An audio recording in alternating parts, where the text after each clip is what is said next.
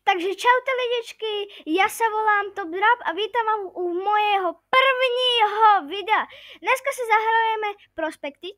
Pokud nevíte, co to je to rýžovací hra. Keď sa kúkneme, není to úplne populárne, ale momentálne to hraje 47 000 ľudí. Takže to není málo. Zapneme to. Takže medzi tým, co sa nám to načítava, tak takto. Je to hra o rýžování zlata. Ze začátku za mňa grafika vypadá dobre, takže by som chcel pochváliť. Na to, že to není jak Grow Garden, že to hraje milión ľudí, docela je to pohode. Ze začátku vám hra dá tutoriál, že máte k tomuto Johanovi. Vy si s ním povypráviate a když si s ním povypráviate, tak on vám povie, nech zeberete svoju lopatku a rýžovací mísu. Vy si tady naberete. Já tým pádem, že už mám lepší lopatku, tak dávám větší damage a mám více místa. Takže vy budete mít v tém rýžovacím poháru alebo miske 5 miesta. A tým pádem, že keď to naplníte, tak stačí kliknite a stačí, aby ste sa trfili do tej zeleného. Keď budete blízko zeleného, tak vám to ukazuje, že good. Tak dáte iba trošku. Ale keď dáte good, tak vám to dá toľkoto. Neríkam, že to dávam presne takto. Ale keď dáte perfect, tak vám to dá toľkoto. A potom, keď to budete mať plnú misku, zajdete sem, kliknete a kliknete znova a iba držíte. A tým pádem sa vám zrýžuje. A potom do kolečka a pôjdete za Johanem, on vám povie, že co a jak a tak. A potom pôjdete k merchantovi, opýtate sa na túto trojku, že by ste chceli prodať svoj inventár. On sa vás opýta, chcete prodať inventár za takúto súčiastku a budete na výber áno alebo nic. Ja poviem, že áno, chcú prodať a že 59 204. A takto to funguje.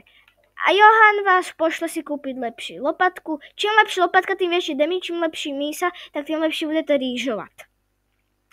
Takže potom môžeme ísť k tomuto craftingu. A tady máme treba za 2000 ring. Potrebujete na ňo 5 goldov. Keď to urobíte, dáte sem 5 goldu, ja v čom nemám, ale keď dáte sem 5 goldu, tak vám potom urobí a máte šancu, že budete mať buď 2 lak, alebo budete mať väčší lak. To je hazard. A potom, keď tak môžete ísť za ním a povedať, akože ja to chcú, akože si môžete zagambliť, že to chcete. Potom sú tady takéto kryštále. Tieto kryštále sú jak teleporty. Sú rozmiestnené po mape, ale najprv musíte k ním dojít a objaviť ich. A potom sa môžete teleportovať. O tom si ešte povieme potom. Pôjdeme do tejto miestnosti mechanikovi a budeme tomu říkať čistička. Proste to bude čistička. Takže, když čističku dáte do vody a odpojíte sa treba na hodinu alebo neviem, tak ono to má delay. Treba, keď to tam položíte, tak jedna vec sa vám tam dá za treba 6 minút. A má to treba z 25 minút. Takže keď sa za hodinu napojíte, tak tam budete mať 25 vecí, zaberete a pôjdete to merchantovaný predať. A tak do kolečka. Čím lepšie budete mať tú čističku, tak budete potom, táto môže mať veci 79, teda 5, čo som nemyslel istý, tady má 60, táto má 5, 10. Nie som si istý, lebo ja už mám takú lepšiu. Takže už sme si vysvetlili také základné veci. Pokiaľ už to hrajete dlhší, tak ja pôjdu do lepších lokácií. Co vám ešte začiatečníkom doporučujú. Hen tam už sú za 300 nieco tisíc. Najprv si, až keď budete mať najlepšiu lopatku, treba za 135 000 a tady za 55 000, tak vtedy rýžujte, lebo ja keď sa teleportnú, tam je kryštál tež, akorát vy musíte pěšky k němu dojít. Dojdete sem, a potom sa môžete spavnúť až sem. Tady máte tež crafting, merchanta a tak. K tomuto sa vrátime k potionům, sú tady. A já bych vám radil si dát teda ty najlepší od věci, lebo tady už to stojí 320 000. Alebo mi sa 330 000. A najdražší je tady 10 mega, a tady 12 mega 500 000. Já už mám ty nejlepší věci. A pokud se pýtate, že proč mám tuto lopatku, protože když půjdeme sem a dáme si shows, tak ta diamantová má rychlost 1. Ale táto včul, co mám, má 1,5-5. Takže možno rýchlo. A já docela rýchlo. Si dávám menší damage, ale je to rychle. Když půjdeme sem, tady dole máme také kryštále. Když půjdete sem, tak tady potřebujete 300 kryštálů. A to jsou totemy. Ona, když ich položíte, tak oni máte okolo sebe kruh. Já mám třeba 48 lak. A když položíte hento, tak budete mít 2x lak. A když položíte toto, ten stojí méně, tak budete dávat větší damage. A to jsou také totemy. Sice stojí moc, ale když budete objevovat třeba z goldy, meteority ve vodě, keď to odsypete, tak si půjdeme sem do collections. Já tam včel akorát nemůžu dojít. Prostě do collections. Do collections. No a tady máme server copper a třeba já jsem našel koro, kliknu na to a dostanu, třeba vymyslím si, toto má, keď to objevíte 6, toto má že 3. Že keď objevím toto, tak dostanu těch 6. A já si budu moct kupovat potom všelijaké věci. Presuneme se, tady máme ten kryštál. A tady jsou poušny. 40 000 za to, že budete lepší kopat. 50 000 za lepší lak. A tady máte za ty šárdy. A pokud se pýtate, proč je to za ty šárdy, tak ono jsou to lepší poušny. Potom tady máte questy. Když se tohoto typka opýtate, tady mám questy, tak nejsem si jistý, ale u něho potřebujete osmium a nějaké engrill. Já to včel získávám, ale pro těch lepších hráčů by jsem doporučil už těžit jakože tady.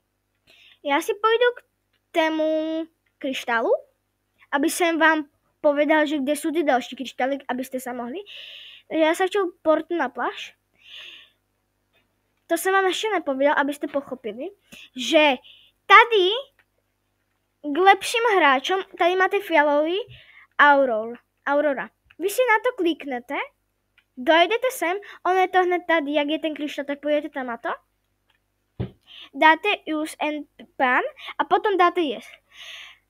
Já to včera nebudu robit, lebo já mám dobrý enchant. A tady můžete dostat Swift, Strong a také věci. Ono vám to přidává na rychlejší šejkování alebo větší damage. A máte tady také náhrdelníky, všechno možné. A tady máte třeba hned ten. Potom se přemístíme tady. To je hned jakoby tady a tam a toto vede sem. Tady máte další kryštál a tady hned pri tento kryštálu, já tam říkám černý trh, lebo je to tak daleko a je to taký pofiderný pán.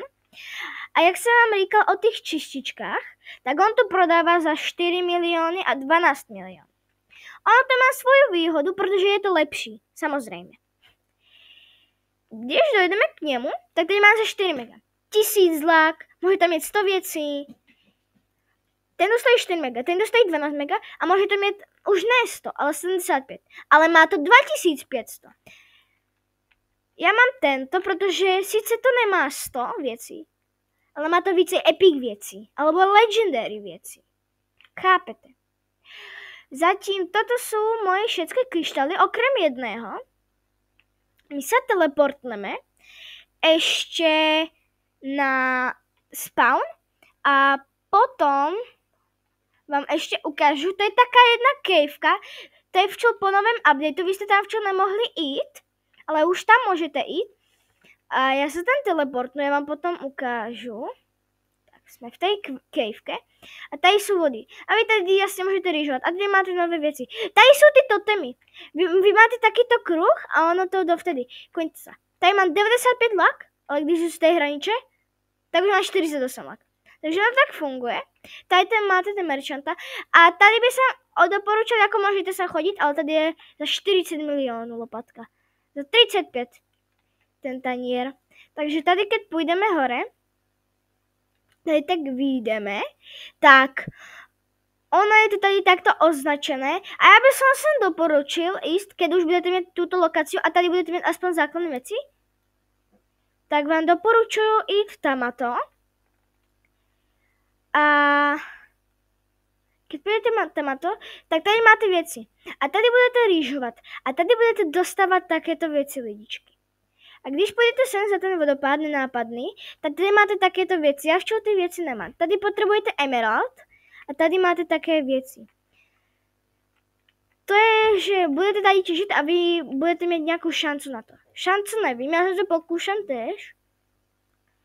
A tady by sme to už asi mohli ukončiť, takže jestli budete chcieť pokračování, budu rád, když sem hodíte like a ten odběr. Nic z vás to nestojí a mě to potěší. Takže u dalšího videa, čus!